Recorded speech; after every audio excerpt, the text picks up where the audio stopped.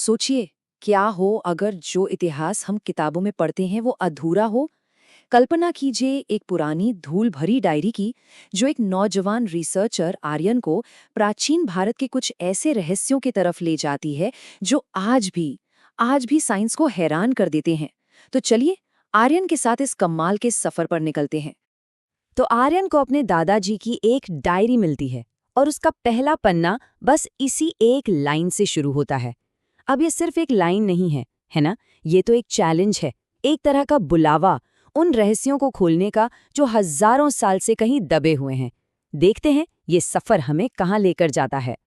आर्यन के लिए इतिहास बस पुरानी तारीखें और नाम नहीं है, उसके लिए ये एक पहेली है। और इसी जुनून के साथ वो इन शब्दों के पीछे की सच्चाई खोजने के लिए पूरे भारत की यात्रा पर निकल पड़ता है। उसकी गाइड बस वही एक पुरानी डायरी। डायरी का पहला इशारा आर्यन को ले जाता है 5000 साल पुराने हड़प्पा और मोहनजोदड़ो के खंडहरों में। एक ऐसी सिविलाइजेशन की कहानी जो अपने वक्त से कहीं कहीं आगे थी, पर आज पूरी तरह खामोश है। तो जब आर्यन उन खंडहरों के बीच खड़ा होता है तो वो अपनी डायरी में लिखता है, मतलब वो हैरान है। वो लिखता है कि यहाँ की जो सिटी प्लानिंग है, ग्रिड लेआउट, वो तो आज के कई मॉडर्न शहरों से भी बेहतर है। जरा सोचिए, 5000 साल पहले इतनी परफेक्ट प्लानिंग, इतनी दूर की सोच, आखिर ये कैसे मुमकिन था? और यहीं पर आके चीजें और भी अजीब हो जाती हैं। एक तरफ ये लोग कमाल के इंजीनियर थे, लेकिन दूसरी तरफ उनकी सोसाइटी एक बड़ा सवालिया निशान है। ना तो किसी राजा का कोई बड़ा महल मिला, ना ही कोई आलीशान मंदिर। और सबसे बड़ी बात, उनकी भाषा, उनकी लिखावट, आज तक कोई उसे पढ़ नहीं पाया है। और यही तो मिलियन डॉलर क्वेश्चन है। इतनी एडवांस सिविलाइजेशन, जिसके शहरों में दसियों हजार लोग रहते थे, वो अचानक से गायब कैसे हो गई? क्या कोई बाढ़ आई, कोई हमला हुआ, या नदियां सूख गईं? हमारे पास कोई पक्का जवाब नहीं है।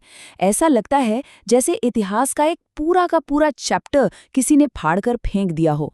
डायरी का अगला चैप्टर आर्यन को एक और भी गहरे रहस्य की तरफ खींचता है।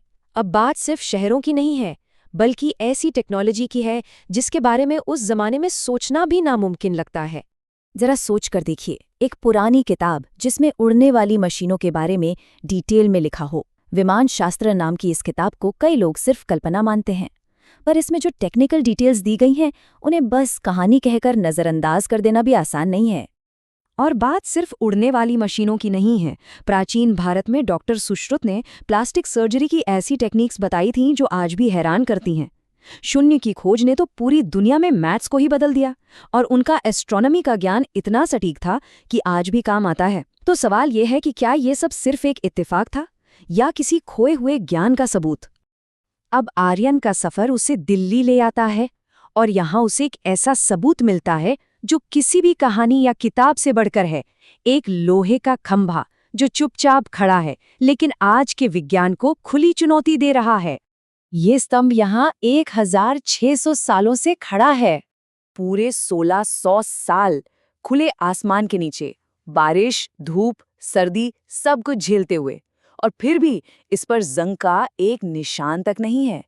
ये एक ऐसी पहेली है जिसे आज के मेटल एक्सपर्ट्स भी सुलझा नहीं पाए हैं। यही तो असली सवाल है।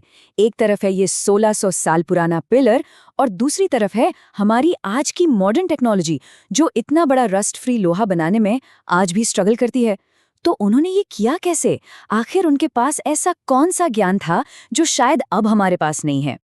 अब आर्यन की यात्रा एक ऐसे मोड़ पर आती है जहां पौराणिक कहानियों और असली सबूतों के बीच की लकीर धुंधली पड़ने लगती है।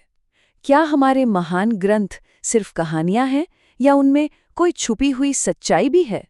डायरी आर्यन को द्वारका ले जाती है, वही द्वारका जिसका जिक्र महाभारत में है। सदियों तक लोग इसे बस एक कहानी मानते रहे, एक सुनहरा शहर जो समंदर में डूब गया। लेकिन क्या हो अगर ये कहानी ना हो? और फिर सबूत सामने आने लगते हैं। समंदर के नीचे एक पूरे शहर के खंडहर, ठीक उसी जगह जहां द्वारका की होने की बात कही जाती है। महाभारत में जिन अस्त्रों का जिक्र है, उनका असर आज के विनाशकारी हथियारों जैसा लगता है। और कुछ पुरानी जगहों पर असामान्य रेडिएशन का मिलना, ये सब इन कहानियों को एक बिल्कुल नया एंगल देता है, जो शायद ज्यादा असली है। तो अब सवाल ये उठता है कि हम मिथक और इतिहास को अलग कैसे करें? जब हमें कहानियों को सच साबित करने वाले सबूत मिलने लगे, तो क्या इसका मतलब ये है कि हम अपने इतिहास को फिर से लिखने की कगार पर खड़े हैं? तो आर्यन अपनी यात्रा के आखिर में है। उसने खंडहर देखे, पुरानी किताबें पढ़ीं और सदियों पुरानी कहानियां सुनी। लेकिन उससे जवाबों से ज्यादा और भी गहरे सवाल मिले हैं। और शायद इस सफर की सबसे बड़ी सीख यही है, प्राचीन भारत का रहस्य कोई ऐसी पहेली नहीं है जिसे सुलझाया जा सके। ये तो एक दरवाज़ा है जो और भी बड़े सवालों की ओर खुलता है। जितना आप जानते हैं, उतना ही आपको एहसास होता है कि आप कितना कम जानते हैं। सफर के आखिर में आर्यन अपने दादाजी की डायरी में आखिरी लाइन लिखता है। यही उसकी पूरी खोज का निचोड़ है। एक ऐसा सफर जो आपको ज्ञान तो देता है, पर साथ ही ये भी सिखाता है कि अभी कितना कुछ जानना बाकी है।